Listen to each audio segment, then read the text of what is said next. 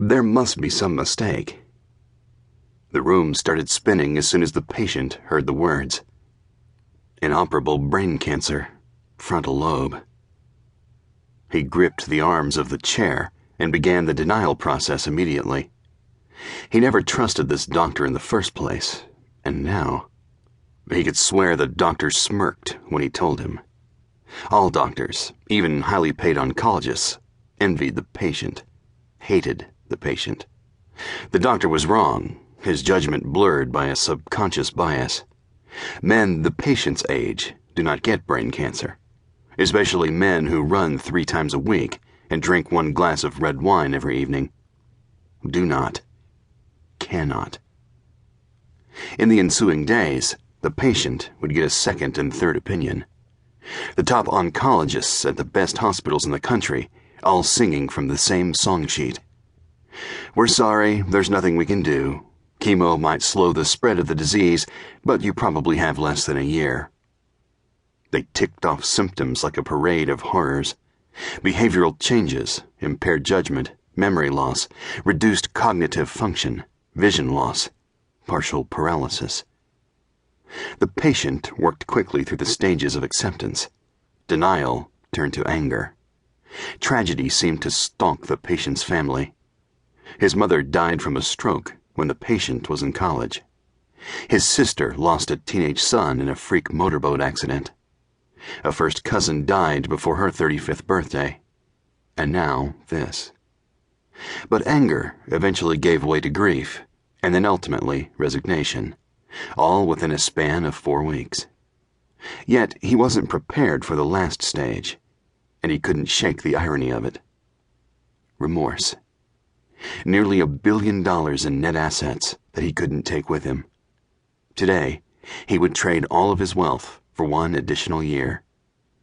All the 80-hour weeks jetting around the country, the dog-eat-dog world he faced every day, the enemies he had made. Everything he did to build the net wealth so he could one day retire early and enjoy life. And now, he had 12 months. He started getting his affairs in order.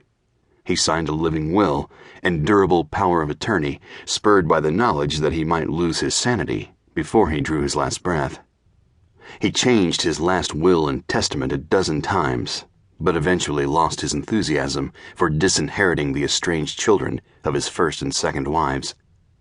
For the most part, they were young and firmly in the clutches of their overbearing and greedy mothers. No sense punishing the children.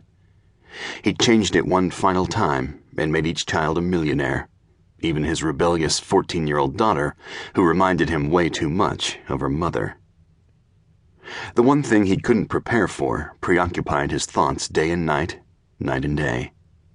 He wasn't ready to face whatever lurked on the other side of death.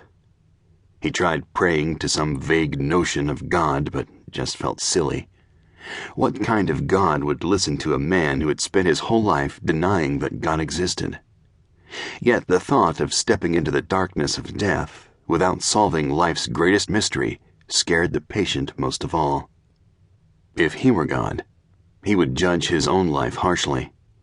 Sure, he had accumulated vast amounts of wealth, but what good had he done? Who would say that life on earth was better because they had known him? The sad and honest truth kept him awake at night and haunted his daytime thoughts. Maybe there was still time. A lot could be done in 12 months. But even if he wanted to curry favor with God, how could he do that? He still didn't really believe that God existed. And if God did exist, which of the gods worshipped on planet Earth was the true God? It hit him while watching Survivor, nearly 4 weeks after the initial diagnosis. Life's greatest reality show. It seemed like such a deliciously good idea that it was either a stroke of genius or the brain cancer deluding him ahead of schedule. Powerful advocates for each of the world's major religions would be chosen as contestants. Their faith would be put to the ultimate test on a remote island. They would be forced into the trial of their lives, defending their faith against all challenges. The winner's God would gain a whole raft of new adherents, including the patient. He would donate millions to the right causes, The ratings for the show would be spectacular. The losers' gods would be exposed as impotent, powerless frauds in the face of death.